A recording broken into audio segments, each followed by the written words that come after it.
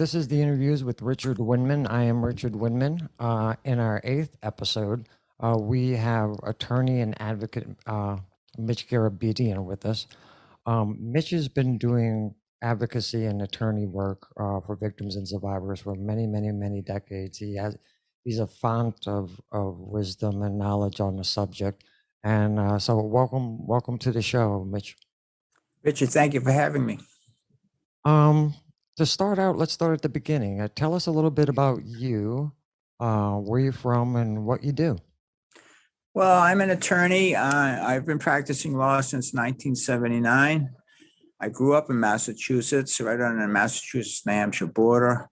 I came to Boston to law school at New England Law, and I've been practicing law since 1979. And I've been representing victims of clergy sexual abuse and sexual abuse since 1994. When a woman walked into my office in 1994 and said, "I'd like you to listen to my three children who are approximately ages 10, 12, and 8 years old." They were brothers. She had known me for years as a lawyer. She trusted me. And I spoke to the children in this very conference room. And one child was beating his brothers up violently. It didn't make any sense. It hadn't happened before. Another child was having problems washing his hands. He'd wash his hands for 2 hours or an hour until they bled. And the other child was acting out in other ways. And so I spoke to the children, and a priest was putting them to bed. He would, quote unquote, pray with them at night. And it turned out to be Father John J. Gagan. Now, she lived in the projects in Waltham. Before I knew it, other mothers were coming to me, saying they were having the same problems with their children. And now these were fatherless families for the most part. If the father was there, he's working 2 jobs a week. Another father would be absent, or there was no father at all for whatever reason in the family. And so before I know it, I had a group of mothers coming to me with their children. I investigated, and Father Gagan was sexually abusing all of these children when he was putting them to bed at night, praying with them. He was actually sexually abusing them when he was putting them to bed. And even relatives of these mothers came to me who had children who were being sexually abused by Father John J. Gagan. And before I knew it, I had 86 clients. And I brought this to the attention of the Archdiocese of Boston, and I thought they'd handle it, that they'd care about it. And they really didn't. They wanted confidentiality agreements. They wanted this swept under the rug. And at one point with my 86 clients, they offered $10 million, but they said your clients have to sign confidentiality agreements. Mm-hmm. That didn't work. That wasn't going to happen. And the clergy sexual abuse crisis in Boston broke open. And you had just Archdiocese of Boston, knowing Father John J. Gagan was a sexual abuser, covering it up. It eventually led to the demise of Bernard Cardinal Law, who got shipped out of Boston. Granted, he was given a promotion in Rome, but he lost his position here because the documents I obtained, the secret files, the Canon Law 489 files, showed that Cardinal Law knew Father Gagan was a sexual abuser, yet he sent him to another parish in Western Massachusetts here, where he continued to abuse. So from there, the clergy sexual abuse crisis was sparked worldwide because of the courage of those survivors. And I thank all survivors, whether you're a victim or a survivor. I thank you all for your courage and for allowing me to stand on your shoulders. It's an honor. Thank you very much. Well, thank you, Mitch, for all the work that you do. What you described was depicted in the movie Spotlight, which I think won an Oscar, right? It won Oscar for Best Picture, which was significant. Yeah, it is. And so you were depicted in that movie as well.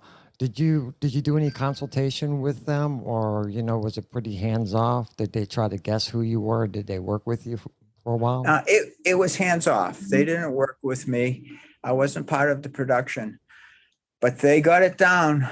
There were credible messages sent through Spotlight about the courage of survivors, about the cover-up of clergy sexual abuse, about the criminality of supervisors. Incredible messages sent.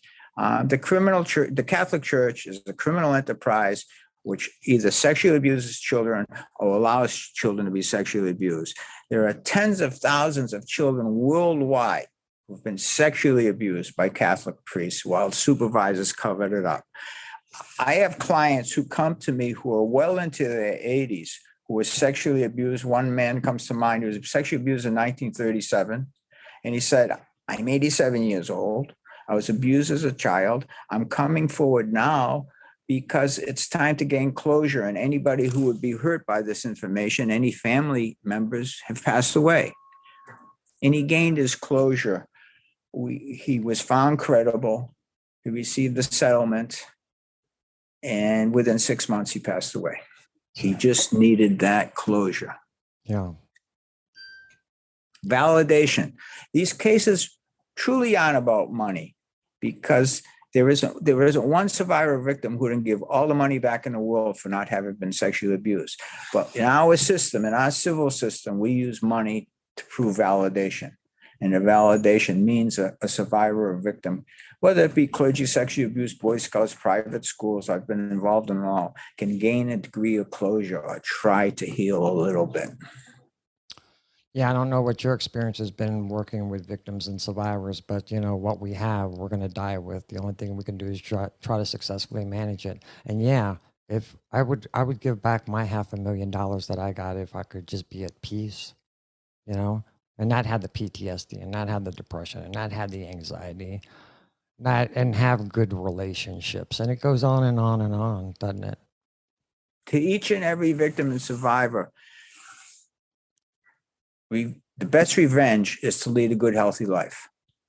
That's the best revenge. Lead a good, healthy life. Your work, Richard, your work and every survivor's work in coming forward not only empowers each survivor or victim, but it encourages others to come forward and makes the world a safer place for children. Don't let these criminals, the priests, the Boy Scout leaders, the private school teachers, or their supervisors, don't let them steal your life. Today is the first day of the rest of your life. Don't let them steal your life. They're not worth it. They don't care. The Catholic Church is all about money. The Boy Scouts of America, all about money. These private schools, all about money. All these institutions, just about money. That's what drives them. That's what motivates them. That's what their goal in business is. It's not about the health, safety, and welfare of children. I agree. I liken it to the mafia, actually. I think the mafia learns their tradecraft from the Catholic Church. All the secrecy and everything. It's kind of weird that if I was a banker on Wall Street and I committed some kind of financial fraud, the FBI would come busting in my office and take my computer, hard drives, files, everything. And if I was a drug dealer and the sheriff served a warrant on my house, he wouldn't allow me to walk to the porch and give him a list of all the drugs that I used to have. They would just bust in and take the contraband and arrest me. But why not the Catholic Church? Because they're powerful and influential. The Catholic Church is a multi-trillion-dollar organization. They use the word trillion before it ever became fashionable in the world. It's every day people will leave hundreds of millions of dollars to the Catholic Church. If you read the official Catholic directory, which is a source of telling you where a priest is at a certain time and what church he's assigned to, you'll see that they receive all kinds of foundation grants. They're worried about their foundation's money's not pouring in. For instance, the Ford Foundation or another foundation may give them, hundreds of millions of dollars in one gift. It's a multi-trillion-dollar corporation that is so influential. They own politicians, they influence politicians, and they influence legislatures. That's why statute of limitations, for instance, are so difficult to change, because the politicians are being influenced by the Catholic Church, which is a very wealthy, influential institution. Look at Cardinal McCarrick. I represent a victim of Cardinal McCarrick. I represent the victim or survivor of Cardinal McCarrick here in Massachusetts, who successfully had a criminal complaint filed against Cardinal McCarrick. He would hobnob with the leaders of the world. Cardinal McCarrick was like the elite cardinal of the world. He spoke only to the Pope. He answered only to the Pope. The guy's a criminal. Mm-hmm. Well, we got a question from Joseph in San Francisco, Joe Shambra. He said, can you comment on the recent promotion of enablers to the highest ranks of the church, Gregory, McElroy, Supich? Well, again, the conservative element, even the liberal element in the church, they're concerned about themselves. They have their own hierarchy. And they're going to do what's best for their own pocketbooks.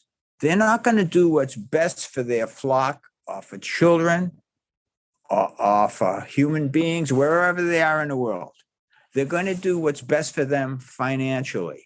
I think it's very important to note that and understand that's what motivates them. That's why they do what they do. And I've represented victims, and I represent victims from here to Hawaii in the United States and around the world, approximately 10 countries. I represented over 100 victims of sexual abuse in Haiti at a Project Pierre Toussaint, where Fairfield University and Father Paul Carey and the Jesuit Society of Jesus and the Order of Malta ran a school for children. And Douglas Perlitz, who was not a priest, but he was supervised by these entities, sexually abused children and pled 20 years. He got 20 years in jail on a plea, for about 20 years for sexually abusing these children. We obtained $60 million for these children. And to show, these children, for instance, in Haiti, to show you how little the church cares, they had no food, they had no clothing, they had no shelter, they had malaria, but they didn't have any medicine, and they couldn't go anywhere to get food or medicine. There's no place to go in Haiti, for instance. Sure. And they were being sexually abused. And if they told the parent would say, this is what you have to do to eat. This is what you have to do to get your medicine. You have to just, and they wouldn't take it.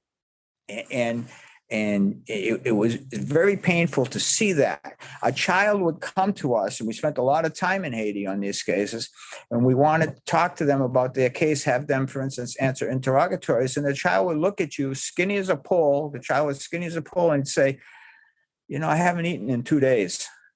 Can you get me something to eat before I do this? And of course we did.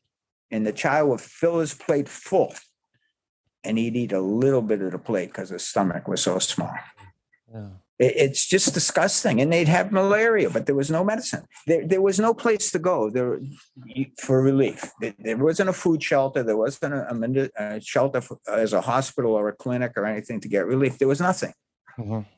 And yet the Catholic Church was sponsoring an institution, that Project Pierre Toussaint, which sexually abused children by Douglas Perlitz being the sexual abuser for years. Wow. Let me ask you a question. Boston, it's a archdiocese or a diocese? Archdiocese. So the very influential. That was my question. As depicted in the movie, they could just make records disappear. Can they still do that today? Well, they're trying to. And I'm glad you raised that point, because I was able to get the secret files, the canon law 489 files in Boston. It took me years in court to get them, years to get them. The judge would give me a few documents at a time, then I'd show him how I needed more. And before we knew it, the dam broke and we got all the documents. So Boston is influential. Boston has a high density of Catholics within it. So it's very powerful. For instance, Cardinal Sean O'Malley is the cardinal here now. He was the cleanup man in Miami for their clergy sex abuse, in Florida, I should say, for their clergy sex abuse crisis. And he was a cleanup man in Fall River, Massachusetts, with Father Porter for their sexual abuse crisis. Then they brought him up here as the cleanup man. The Pope sent him up here to Boston. Very influential, very rich, very powerful archdiocese. High density of Catholics in the New England area. Wow. Oh, by the way, Joseph from San Francisco says, thank you for your fearless courage. Question from Alice Crochet from Houma, Louisiana. She wants to know, what are your feelings about the enabling parishioners? The enabling parishioners, if they're enabling, they're acting in a criminal matter.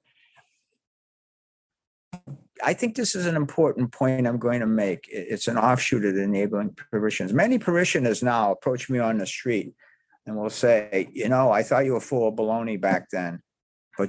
And matter of fact, I was swearing at you for years, but now I kind of believe you. I believe you because this has to stop. And that's to the credit of survivors and victims and those speaking out. But the change is not going to come, and I want to make this point, the change is not going to come within the Catholic Church. They're not going to change. They're an iceberg. If they change 0.1%, it will be something. Don't count on these criminals to change. They're making too much money. They're too influential. But what is going to change, what some victims and survivors are changing, is society's attitude about watching their children when they're with people, adults in positions of authority, whether it be a nun, a priest, a Boy Scout leader, a private school teacher. They are now watching their children more and more. That's where the change is coming from. I'm often asked this question of, why are you fighting the Catholic Church? They're not going to change. And when I give a person the argument I just gave you, they're like, you're right. I never thought of it like that. The change is coming because we're doing this podcast today. Richard's asking me questions and making great comments, and people are listening. Survivors, victims, non-survivors, non-victims are listening to this and saying, we're going to change things. We're aware we have to watch our children now. Thank you for sending the message, Richard. Thank you for sending the message, victims and survivors. We're going to watch our children now. That's the change. And it's a significant change. It's a significant change. I agree with you, and thank you. It seems like the survivors and victims and attorneys like you, some organizations, they're the ones that are doing the heavy lifting in all of this. And it just, like you said, I think that parents should stop using the church and the Boy Scouts of America and other organizations as free babysitting services. Because of what happened to me, I never left my kid alone with a priest. Never. Yeah, I mean, you've made parents aware. Not all parents are going to change, but you're making a significant number of parents aware. I can't. I'm not going to leave my daughter or son alone with a priest or a Boy Scout leader or a school teacher or the babysitter or the next door neighbor. I have to keep an eye on things. I have to vet things. I have to do some research here. Mm-hmm. I think society's attitude has changed for the better because of the work of everyone, whether it be attorneys, advocates, survivors, victims, support groups, everyone. Yeah. Do you have any thoughts on Mr. Weakland, Cardinal Weakland that just died? No, not at this time. I've been reading a lot about him, but if you have a specific question, maybe I can answer it. Yeah, that's what I just asked in the chat. Somebody just put out a statement. So we have a situation in New Orleans. I'm originally from New Orleans. I live in Texas now. Yeah. But the New Orleans Archdiocese is in bankruptcy, and there were well over 50 cases in civil court when they filed. And when they filed bankruptcy, all of those cases, all of that work product, all of depositions and discovery was basically tossed in the garbage can because they moved it to bankruptcy court. We had been trying to get the Archbishop to be deposed for a very long time, and he always had excuses. You know, it's Mardi Gras, oh, I got COVID, or the weather's horrible. And finally, the court compelled him to testify, and as soon as that happened, they filed bankruptcy. And when they moved those cases over to federal bankruptcy court, a federal magistrate judge, his name is Michael North, he sealed all the documents, sealed all of them. In one of those depositions, it was Father Lawrence Hecker, and he admitted in a deposition that he molested children and that he took them over state lines. So that deposition is sealed, and so the FBI is having a hard time investigating over just with that one offender, over 20 violations of the Mann Act, and there's more. There's more. What do you think about the federal magistrate sealing those records? I think the committee, the creditors committee, which is made up of survivors, has to make as one of its settlement demands the release of all secret files, not personnel files. Personnel files, those two, but personnel files tell you where a person worked when and how much they made or whatever, or how many sick days they were on. You know, that's a curveball. The archdiocese or diocese often tell you, we'll give you the personnel files. Well, the personnel files aren't the secret files. The secret files contain all the damaging information, what the perpetrator did, what the report was, whether he was in a treatment center, what the treatment center documents say. The creditors committee has to make as one of its non-monetary demands a demand that all the secret files be released publicly and the deposition be released publicly. Secrecy is what allowed the clergy sexual abuse, and clergy sexual abuse anywhere to exist. When a child was abused by the priest would threaten the child and say, if you told anybody, your mother's going to burn in hell, or you won't go past the 4th grade, or some statement, okay, some threat. Then when the parent did tell the parish priest, the pastor at the parish, the pastor would say, don't tell anybody, you can't damage your reputation at a church, okay? And then canon law says when clergy sexual abuse crisis claims are looked into, they shall be kept secret. So you get the triple layers of secrecy here. There has to be transparency. More than money for many survivors, the release of the secret files will help them try to heal. It's very important that the truth be told. And that's what I was able to do in Boston. It took me years to get the secret files. It took me like 4 years of litigation to get the secret files. But the creditors committee in New Orleans should make as one of its non-monetary demands the release of all the secret files. They're called the canon law 489 secret archives or secret files. So if you look at 489, 490 around there, you'll see it. The bishop has to keep under lock and key for his own review the secret files. And that has the damning information about clergy sexual abuse that I mentioned before. In the secret files in Boston, for instance, Father Gagan was sent to a treatment center. And the treatment center sent Cardinal Law a letter saying, you better watch this guy, he's got a problem. Cardinal Law sent a letter back to the treatment center saying, after all the money we pay you, you're going to give me a letter like that? And the treatment center sent the letter back to Cardinal Law saying, you're right, he's fine. You can put him back in the ministry. That's the stuff you'll see. That's the information you'll see in the secret files. Yeah. Well, believe it or not, the Secured Creditors Committee in the New Orleans bankruptcy is decimated. So they accused one of the attorneys of leaking information to the press. And so they kicked off the attorney and they kicked off 3 survivors off the committee. Yeah, I'm aware of that.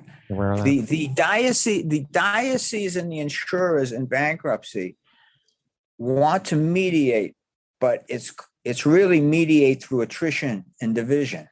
They want to wear the committee members out. They want to wear the survivors out. They want to wear everybody on the other side of the fence out, and they want the other side, the creditors committee and the survivors, to be divided and not in unison, not acting in unison.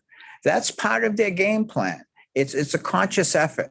It's not anything that is brand new, but it's just an approach they take. They want the committee to be divided. They want the committee to be tired. And I've read about that instance, and I have cases across the country, so I'm familiar what's going on in a lot of jurisdictions.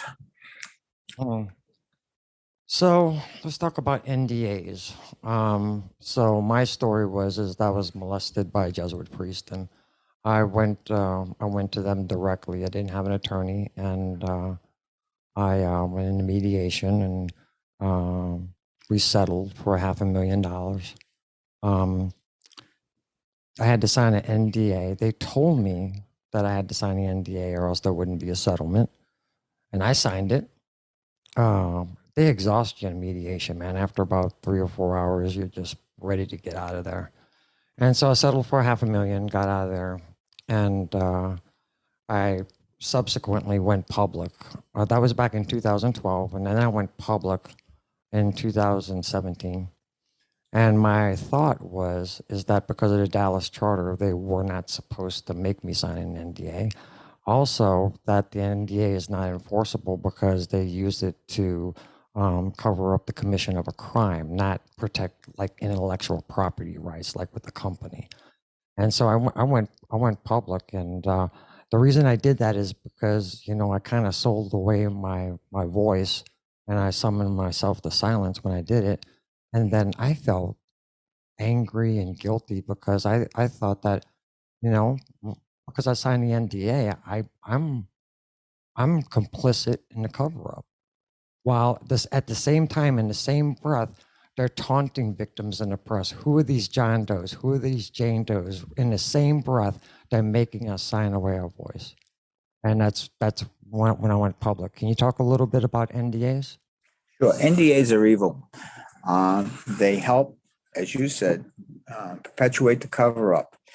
They make a survivor or victim feel guilty because they make the survivor of guilt and survivor victim feel as though the survivor victim did something wrong. By signing the NDA, they feel like they're part of the problem. And I think it's very important to know that the Catholic Church, for instance, cannot even request that you sign an NDA anymore. After the 2002 National Catholic Conference of Bishops, NDAs were done away with for religious orders too. Religious orders, and I give this information to many other lawyers, religious orders are not permitted, I think it's under vademecum, not permitted to ask for NDAs anymore, but they often do. And so I think it's important for all survivors and victims to never sign an NDA. Now, there's another very important reason, and I know this because I get calls from survivors who had other attorneys, whether it be the Catholic Church or Boy Scouts or private schools, and signed NDAs. And they'll call me and say, is there any way I can get out of this NDA? Because I feel like I'm still being controlled by the very entity and perpetrator and the supervisors that caused me harm, that acted criminally. I can't tell my brother. I can't tell my child who's the age I was when I was abused. I can, an NDA can't prevent you from talking to the police or your therapist, but I can't tell very important people in my life, or I can't do a podcast. So don't ever sign an NDA because you're just going to continue the pain. And the Catholic Church, whether it be a diocese, archdiocese, or religious order such as the Jesuits or the Augustinians or the Salesians or the Franciscans, cannot ask you for an NDA anymore. They cannot do it. And they've tried. They try in a sly way. They'll say, oh, we thought your client wanted it. Yes, that's exactly what they said in my case. Yeah. We thought your client wanted it. Well, no, he didn't. Yeah, and that goes a question from Aaron from Mandeville, Louisiana. He wants to know, why does the archdiocese still require NDAs when they They know? can't. They can't. If you want to, my email address is garabedianlaw.com. If you want to send me an email, I'll send you the documentation, chapter and verse. They cannot ask you for NDAs anymore. They're not allowed to. Whether in the religious orders are trying to say, well, the 2002 National Catholic Conference of Bishops only applies to archdioceses and dioceses. We can still ask for them, but they can't. I have the documents. So, I'm at garabedianlaw.com. Just send me an email and I'll send you the information. They cannot ask anymore. And unfortunately, lawyers getting into this area now who haven't had the experience don't understand that. They don't realize that. They can't ask you anymore. And as I said earlier, and as you said, Richard, the sly way to try to get an NDA from the church is to say, "Oh, I thought your client wanted it." Yeah, and but so in the conference they said that they can't. So they can't according to the conference or according to law. According to their own doctrine. Okay. I'll send you the information, Richard. According to their own doctrine, their own papers, according to what the Pope has ordered, they cannot ask for NDAs anymore. Across the board. Okay. NDAs are an extension of the harm. I see. So It's more of the secrecy. yeah, it's secrecy. Everything's freaking secret, and I think in terms of centuries, and everything is secret in the Catholic Church. Right. No That's right. whatsoever. None. Hey, let me ask you. You raise an interesting point. The Catholic Church thinks in terms of centuries. They think, well, in 100 years, who's going to remember the clergy sexual abuse crisis? This will blow over and we'll be rich as ever. Everybody will, because if they stop molesting children right now, they're going to be dealing with this for another 50 years, because that's when victims and survivors come forward in their late 40s and early 50s. If they stop right now, 50 years from now, they'll be dealing with it. Unfortunately, they haven't stopped. Children in the 90s and the early 2000s are just starting to come forward across the country, across the world to me, just starting to contact me. They were abused in the 1995, 2001, 1998. Some of them are 35 years old or so. They're just starting to come forward. 30 years old, just starting to come forward. So, Alice from Louisiana wants to know, how long do you think it will take to uncover the documents that are hidden? If someone is caught destroying any church records, do you think they will be caught and brought to justice as well? I don't think the Catholic. It's very difficult because of the First Amendment to get into Catholic affairs. In Boston, we were able to tip the scales because we could show wrongful conduct by the perpetrating priest, by the criminal priest, by the sexually abusive priest. That allows you to get into the First Amendment. Freedom of religion and the Establishment Clause says the government can't get involved in religious affairs. If you want to, every Sunday, you want to stand on a chair upside down on your head and worship, you can do that. You can say whatever you want, okay? But the only way the government can get involved in church affairs is through wrongful conduct. So you have to show wrongful conduct. You have to show that those documents being destroyed were wrongfully destroyed. And let me tell you this, the way the church is, I've seen this in the last 5 to 10 years, the way the church is getting around keeping records about abuse is by not asking questions about abuse. An investigator will come to you and ask you questions, and I've seen this, and now we'll ask you everything under the sun except tell me about when you were abused. And so the record is, the abuse in the record is absent. I've actually sent out certified letters to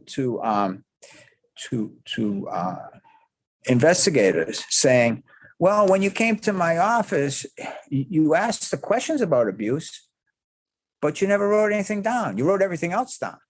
Or I've had investigators do what I say earlier, not ask questions about abuse. And I would ask the questions, and there'd be a big shouting match about why I was asking questions. I'd say, well, you didn't ask him about the abuse, so I am. So the way they're getting around it now is by not addressing the issue of abuse.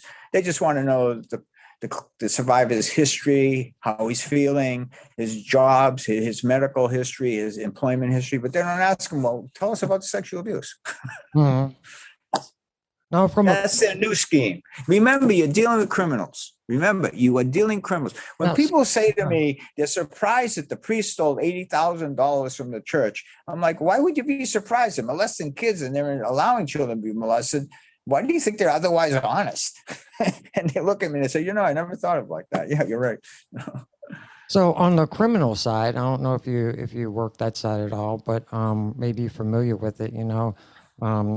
I think that the feds need to get involved, and they are getting involved. So in New Orleans right now, there's a FBI investigation into the Catholic Church, Archdiocese of New Orleans, and I early on when I was begging for this, I said RICO, RICO, RICO.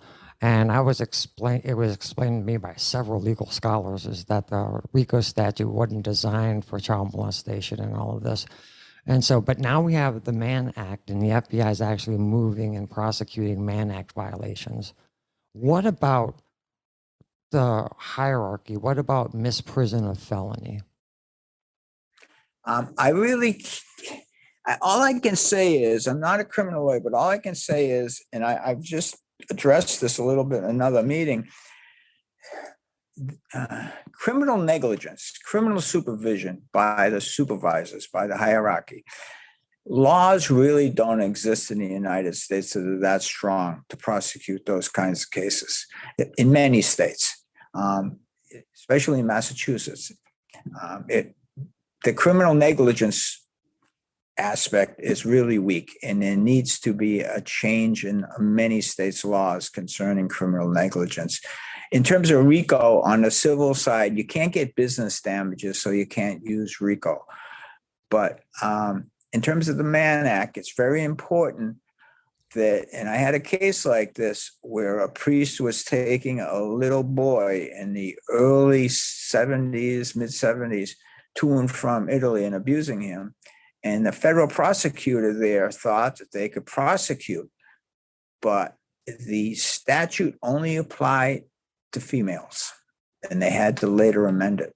And remember, unlike statute of limitations where you can create a retroactive window, criminally, you can't create a retroactive law. It's unconstitutional. Right.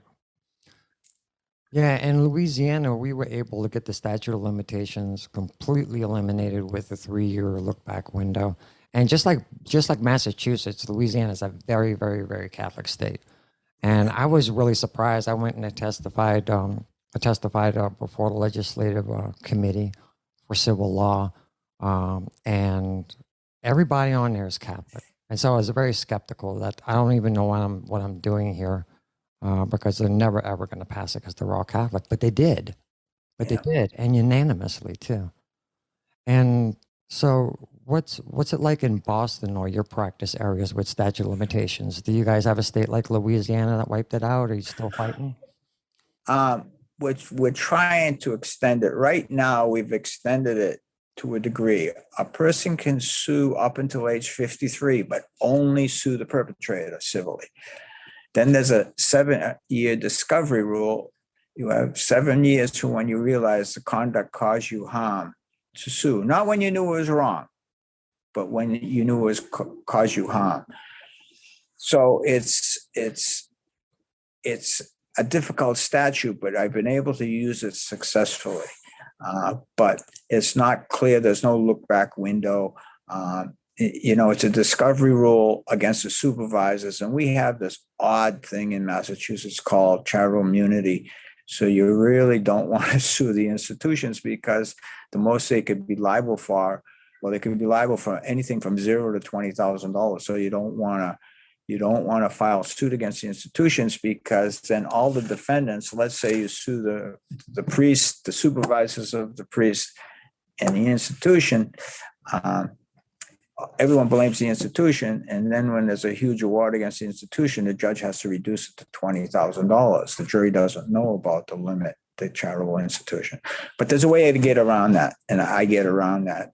If the supervisor's paid and insured, then they're not subject to the cap. It's a little complicated. I'm sorry to go off on you here. No, that's okay. So Casey Nunez from Picayune, Mississippi wants to know, does the archdiocese or diocesan priest have a more propensity to rape kids than order priest? Or they're just... No, I don't, it's 6 of one, a half a dozen the other. I've had, if you go to my website, the results list, there's 383 order priests are Catholic employees or diocesan priests named. And some of them I've had 150 claims against, 100 claims against. Doesn't matter. They all in on the same criminality, whether it be the Salesians, the Jesuits, Archdiocese of Boston, they're all in on the same criminality. Okay. Talk about the law for a second. So in Louisiana, where, I do a lot of work, it's Napoleonic Code, not English common law. And so in Louisiana, you can use legal concepts such as fraudulent concealment to get past prescription. Do you guys have that ability?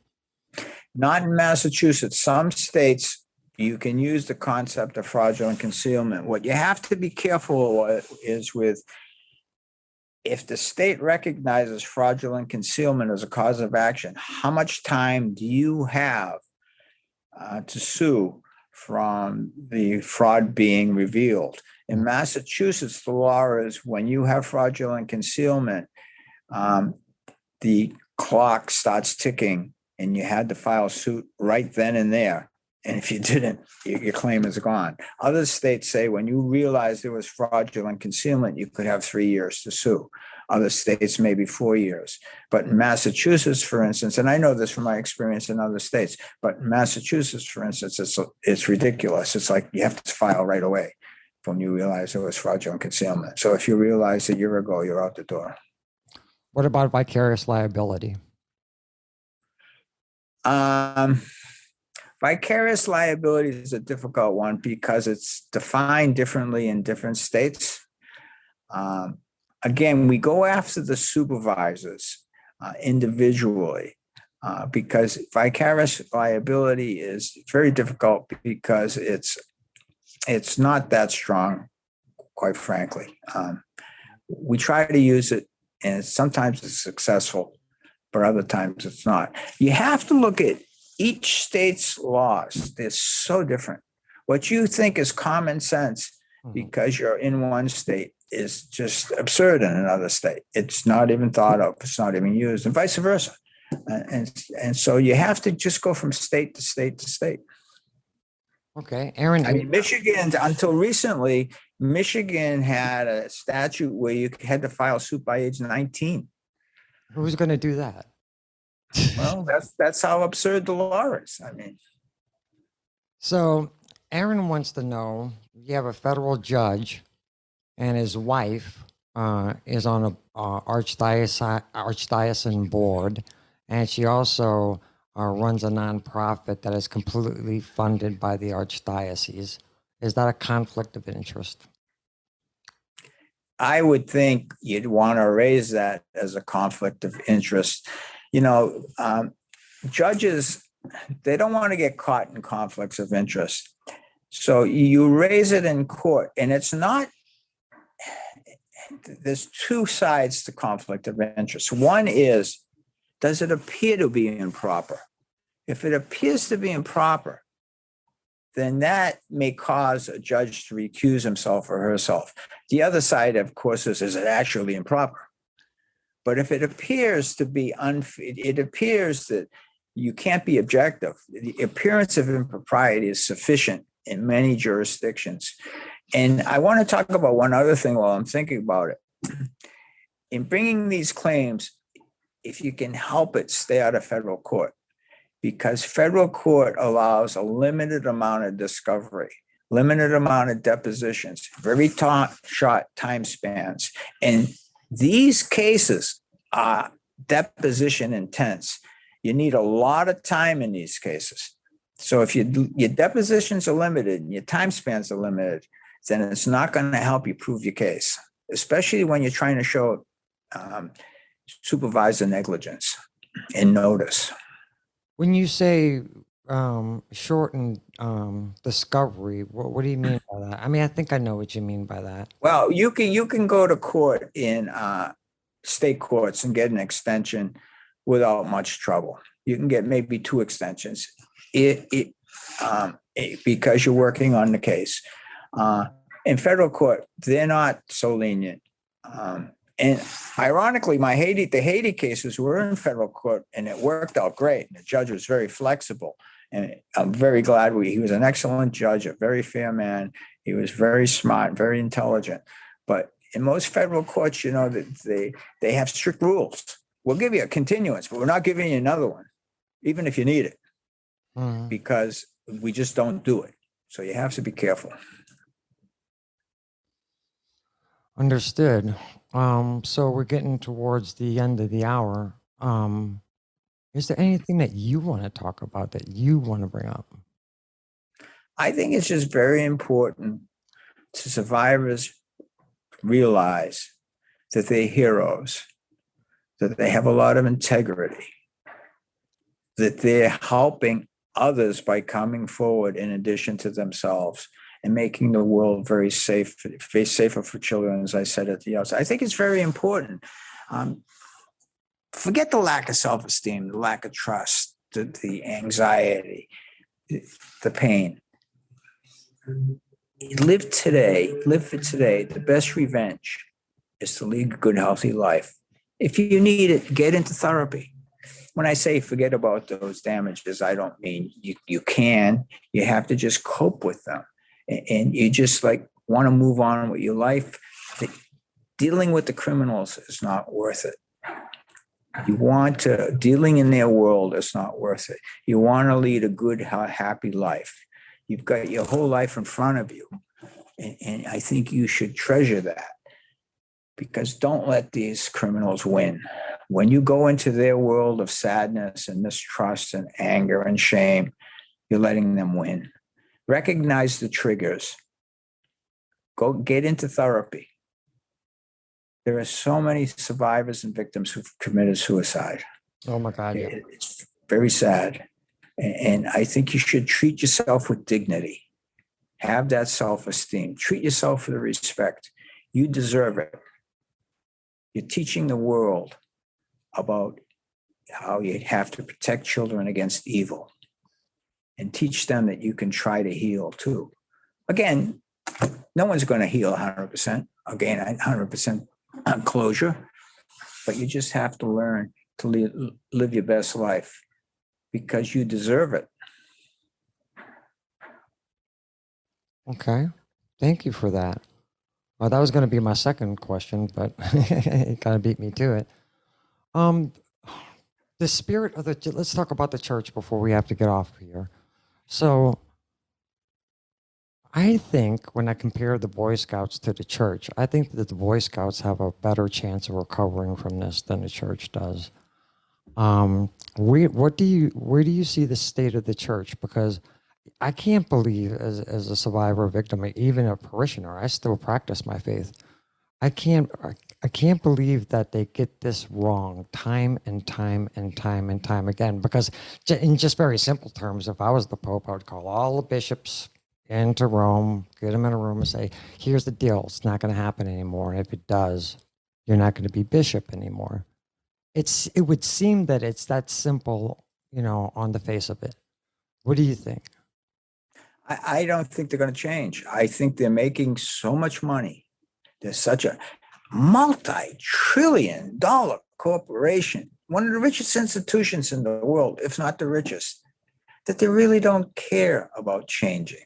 That they feel as though they're the victims. They're being victimized here. You can tell when you depose them and you talk to them, like they're making the sacrifice. They're morally corrupt yet they're supposed to be purportedly the most moral institution in the world. But they don't care. They're on to third world countries because they're making their money down there through grants and foundations and donations. They're on to third world countries. Okay, we're done with the United States to a certain degree. We're done with Canada. Look what they did in Canada. Look, yeah, It's and look what they did in shambles. Latin America too. I mean, Latin America is very vulnerable right now. They're on to third world countries. They're a big business. The question always is their bottom line, how much money they're making.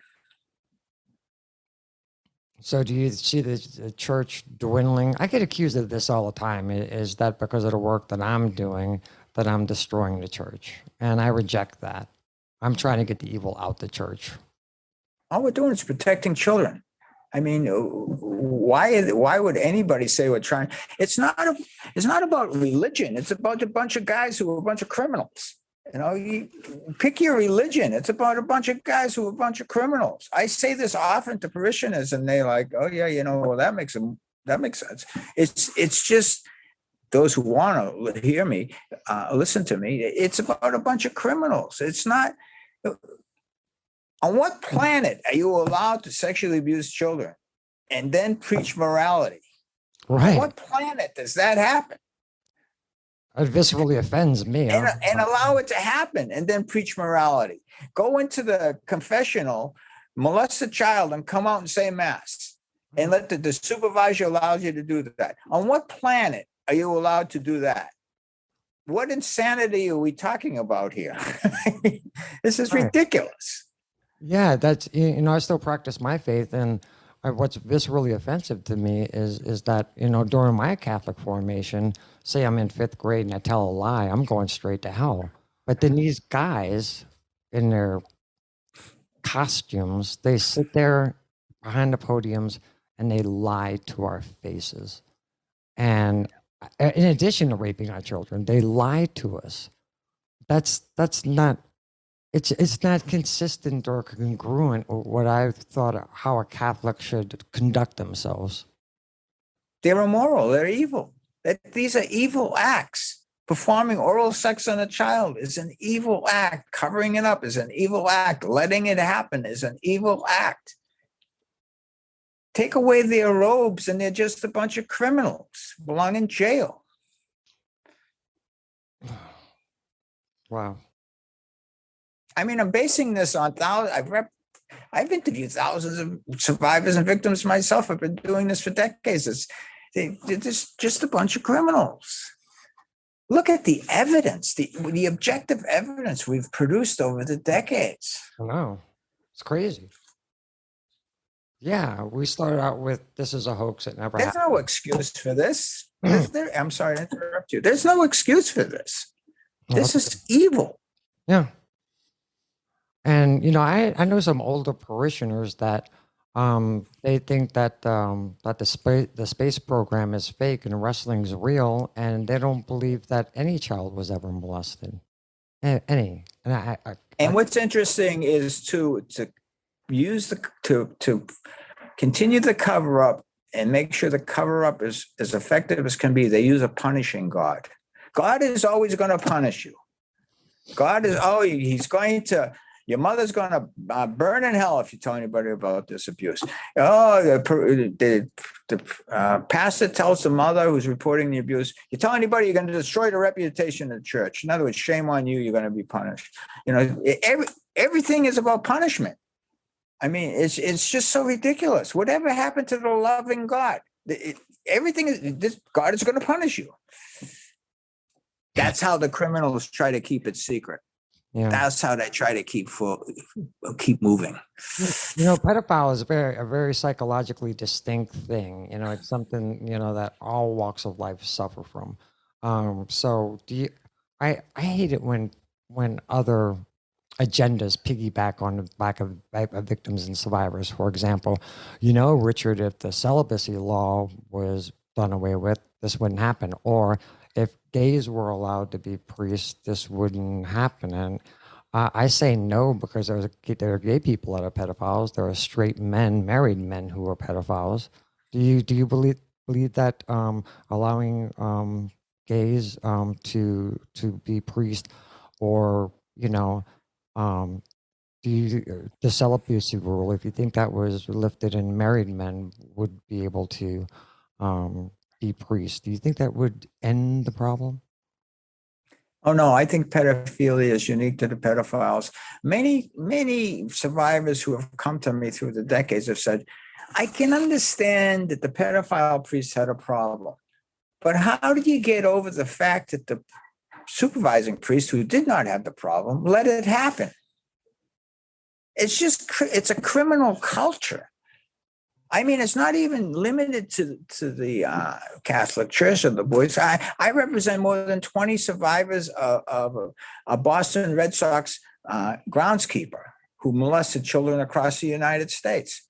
I mean, you can't let this happen. There has to be morality put in place and proper supervision, proper vetting.